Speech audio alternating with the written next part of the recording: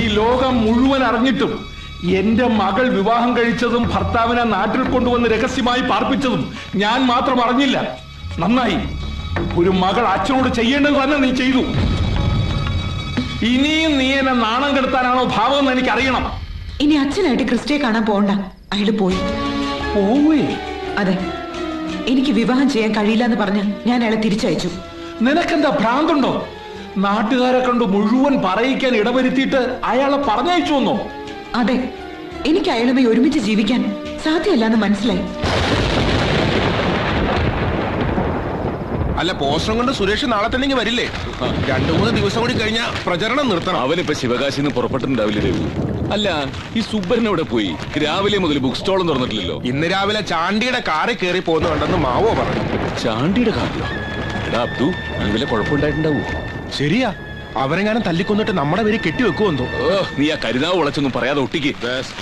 നല്ല രാജവമ്പാലയുടെ വിഷം എടുത്ത് ഗ്ലാസ്സിൽ വെച്ച് അല്പ സോഡയും കൂടെ ഒഴിച്ച ഒറ്റ വലിക്കുമ്പോൾ തീർത്തുകളയും. ചാണ്ടി കുടുങ്ങിയിട്ടുണ്ട്. അതെ, നല്ല മഴ വരുന്നുണ്ട്. പ്രഭേട്ടം പൊക്കോ, ബാക്കി ഞങ്ങൾ ചെയ്തോളാം. അതെ, ഞാൻ നാളെ ഉച്ച കഴിഞ്ഞ ബുക്ക് സ്റ്റാളിലെത്തും. ജയിലിൽ പോയി മാഷ കണ്ട അനുഗ്രഹം മേടിക്കണം. അപ്പൊ നാളെ.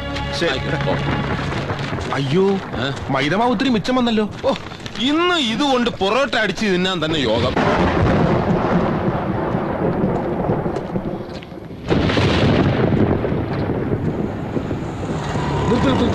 പ്രഭാകര,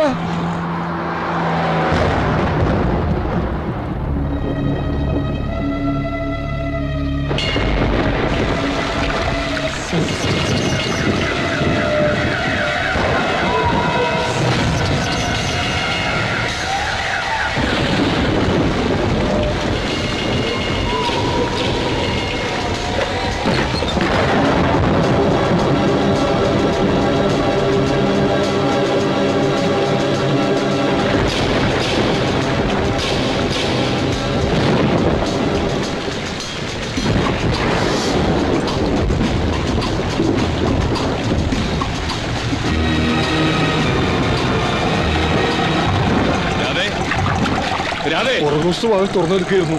ഞാൻ അതിലൂടെയാണ് കണ്ടത്.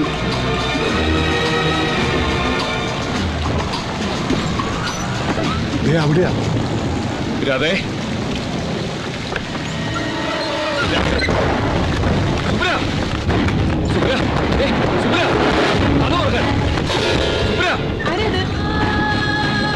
പ്രവേട്ട,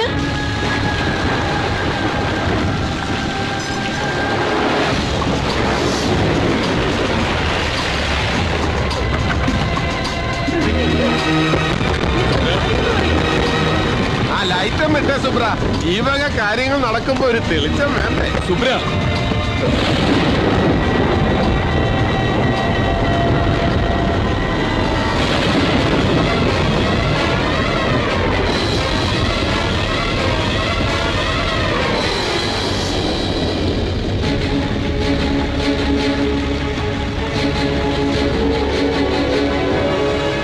എന്നാലും എന്റെ പ്രഭാകര, സ്വന്തം കാമുകിയെ കൂട്ടുകാരന് കല്യാണം കഴിച്ചു കൊടുത്തിട്ട് നീ നടത്തുന്ന ചിന്ന വീട് നാടകം അത് നിന്റെ ആദർശത്തിന് ചേരുന്നതാണോ?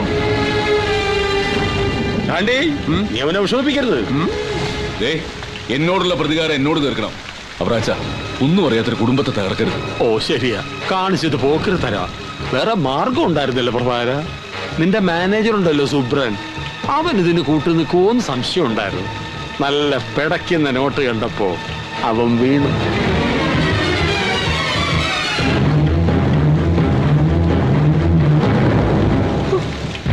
അപ്പോ രണ്ടാളും കൂടി ഇതിനകത്ത് സങ്കടങ്ങൾ പറഞ്ഞിരുത്ത് കിടന്നുറങ്ങാൻ നോക്ക്.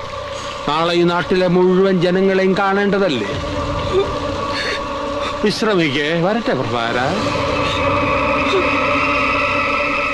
ഏതായാലും പേരുദോഷം വന്ന് രണ്ടാളും നനഞ്ഞു. എന്നാ പിന്നെ ഇനി അങ്ങോട്ട് കുളിച്ചൂടെ?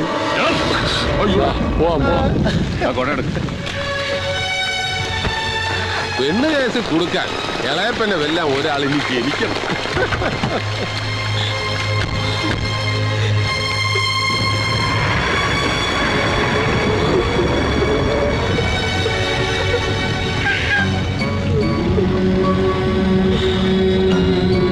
സ്വന്തം കൂട്ടുകാരനാണെന്നൊരു വിചാരം ഉണ്ടായിരുന്നു.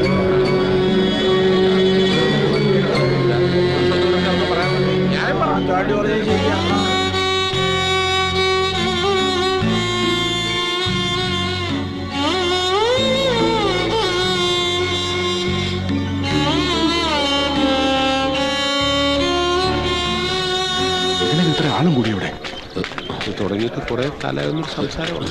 എന്ത് ചെയ്യാനോ? എന്താ സംഭവിച്ചത്? അധികാരം, പണം, സ്ത്രീ, ഈ 3 പ്രലോഭനങ്ങൾ അതിജീവിക്കാൻ ഒരു ജനാധിപത്യം പോരാ, സോഷ്യലിസം വരണം.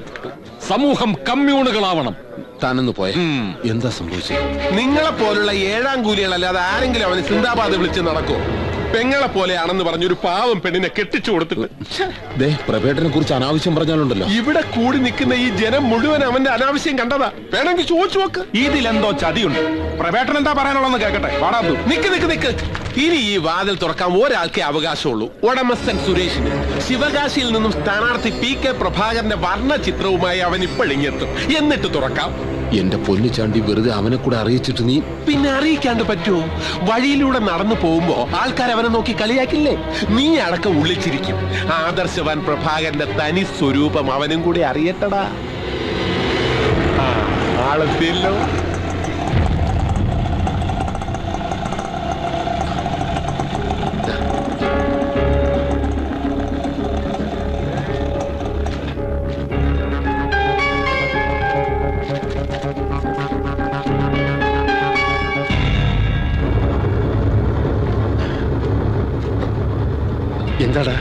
എന്താ പറ്റി? ഞാൻ പറയാം സുരേഷേ, നീ ഇല്ലാത്ത സമയത്ത് നിന്റെ ഭാര്യ ഒളിസേവ തുടങ്ങി.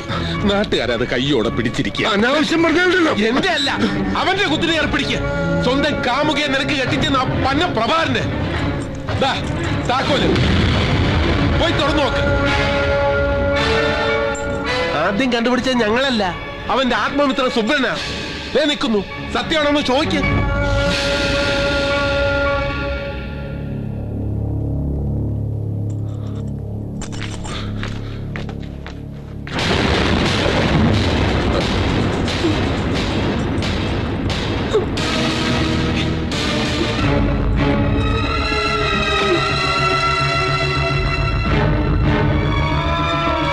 സുരേഷേ, നീ ഇതൊന്നും വിശ്വസിക്കരുത്. ചതിയാണടാ. നിനക്കെന്നെ അറിഞ്ഞൂടെ? രാധ അവള് വെറും പാവടാ.